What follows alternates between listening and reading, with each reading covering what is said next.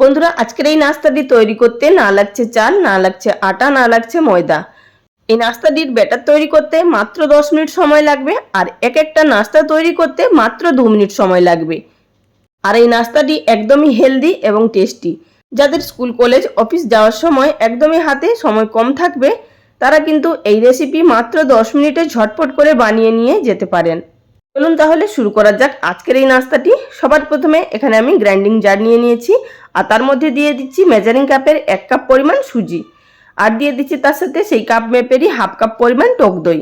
টক দইটা অবশ্যই ফ্রেশ নেওয়ার চেষ্টা করবেন। আর দিলাম এর মধ্যে সেই কাপেরই হাফ কাপ পরিমাণ জল। এবার এই তিনটে উপকরণকে খুব ভালোভাবে মিশিয়ে নেব।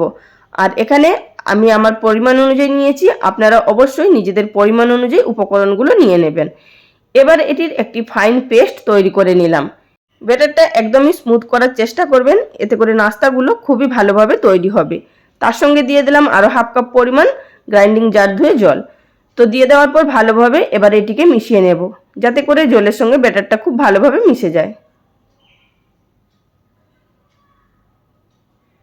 তো আমার এখানে ফেটিয়ে নেওয়া হয়ে গেছে। এবার এই ব্যাটারটিকে ঢাকা দিয়ে রেখে দেব আমি রেস্টে 5 মিনিট মতো। ততক্ষণে বাদবাকি জোগাড়গুলো তৈরি করে নিয়েছি। তো 5 মিনিট এটা রেস্ট হয়ে গেছে। আমি তার মধ্যে আপনাদের দেখিয়ে দেব আমি কি কি নিয়েছি।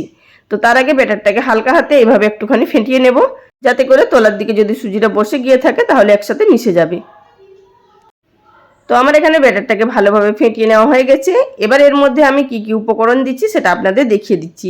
দিয়ে দিলাম হাফ টিস্পুন পরিমাণ গোটা জিরে, স্বাদ মতো নুন, আর এখানে আমি কিছুটা পরিমাণ সবজি কুচনো নিয়েছি।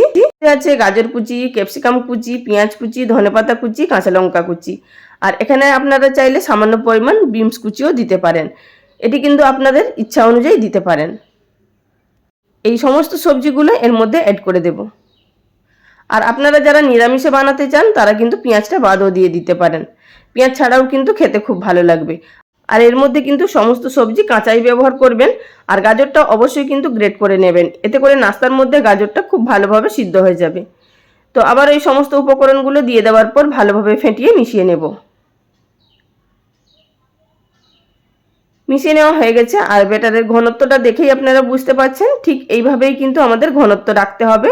খুব বেশি পাতলাও নয়, আবার খুব বেশি ঘনও নয়। ঠিক এইভাবে থকথকে বা মাঝারি একটি ঘনত্বের ব্যাটার রাখতে হবে। এবার এর মধ্যে সবশেষে দিয়ে দিতে হবে হাফ টিস্পুন পরিমাণ ইনো। আপনারা এখানে ইনোর পরিবর্তে বেকিং সোডাও ব্যবহার করতে পারেন, তবে কিন্তু 1/4 টিস্পুন দেবেন।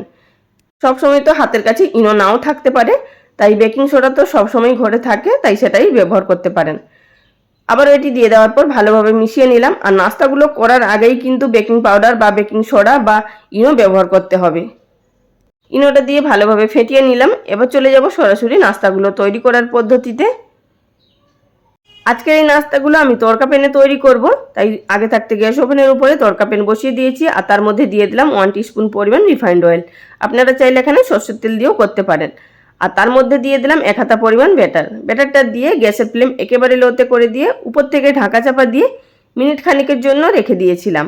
এবার মিনিট খানিকের পর এটিকে একটি চামচের সাহায্যে আমাদের উল্টে দিতে হবে অপর পিঠে, এবং অপর পিঠটিকেও কিন্তু মিনিট খানিকের জন্য ঢাকা দিয়ে রেখে দিতে হবে। একদম কিন্তু লো ফ্লেমে রাখবেন, তা না হলে কিন্তু জ্বলে যাবে আর নাস্তাগুলো ভিতর থেকে সিদ্ধ হবে না। এগুলো কিন্তু 2 থেকে 2.5 মিনিটের মধ্যে একদম সুন্দরভাবে তৈরি হয়ে যায়। আর ভেতরটা কিন্তু একদমই কাঁচা থাকে না, দুর্দান্ত তৈরি হয়। এখানে দেখতেই পাচ্ছেন একটি তৈরি হয়ে গেল। একই রকম পদ্ধতিতে আপনাদের আরও 2-1টা তৈরি করে দেখিয়ে দিচ্ছি। এখানে শুধু সুন্দর শেপ দেওয়ার জন্য এবং তাড়াতাড়ি হওয়ার জন্য আমি এখানে তড়কা প্যানের মধ্যে তৈরি করছি। আপনারা কিন্তু তড়কা প্যান যদি না থাকে কড়াইয়ের মধ্যেও করতে পারেন, তাতেও কিন্তু খুব ভালো হবে। তবে কিন্তু সবকটা একই সাইজের হবে না, একটু ছোট বড় হবে, তাতে কোনো অসুবিধা নেই। আর বন্ধুরা এছাড়াও আমার চ্যানেলে প্রচুর হেলদি নাস্তার রেসিপি আপলোড করা আছে, আপনারা চাইলে সেই সমস্ত রেসিপিগুলো দেখে নিতে পারেন। আশা করি আপনাদের ভালো লাগতে পারে বা আপনাদের উপকারে আসতে পারে। আর বন্ধুরা ভিডিও চলাকালীন ছোট্ট একটি অনুরোধ, যদি আমার চ্যানেলে কেউ নতুন দর্শক বন্ধু হয়ে থাকেন আর ভিডিওটি দেখার পর যদি আপনাদের ভালো লাগে, চ্যানেলটি সাবস্ক্রাইব করে নেওয়ার অনুরোধ রইল। পাশে থাকা বেল বাটনটি অবশ্যই প্রেস করে রাখবেন, এতে করে পরবর্তী ভিডিওর নোটিফিকেশন সবার আগে পেয়ে যাবেন।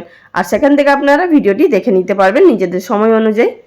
তো বন্ধুরা একই রকম পদ্ধতিতে আমি কয়েকটা নাস্তা আপনাদের তৈরি করে এখানে দেখিয়ে দিলাম। এবার চলে যাব সার্ভ করার পদ্ধতিতে। অপরদিকে একটি প্লেটের মধ্যে টমেটো সসের সঙ্গে আমি সার্ভ করেছি। আপনারা চাইলে এখানে বাদাম নারকেল ছোলার চাটনির সাথেও সার্ভ করতে পারেন, তাতেও খেতে কিন্তু দুর্দান্ত লাগবে। আমি আজকে আর চাটনি তৈরি করিনি, সসের সাথেই সার্ভ করেছি। তো বন্ধুরা এবার আপনাদের দেখিয়ে দিচ্ছি এটি ভেতর থেকে কতটা সফট হয়েছে এবং জালিদার হয়েছে, সেটা আপনারা আশা করি ছেঁড়া মাত্রেই দেখে বুঝতে পাচ্ছেন। তো বন্ধুরা আর দেরি না করে বাড়িতেই ঝটপট বানিয়ে ফেলুন, এটি বাচ্চা থেকে বড় সকলেই খেতে পারবে। তো বন্ধুরা রেসিপি কেমন লাগলো অবশ্যই লাইক কমেন্ট করে জানাবেন। আজ এই পর্যন্ত, সবাই ভালো থাকবেন, নমস্কার।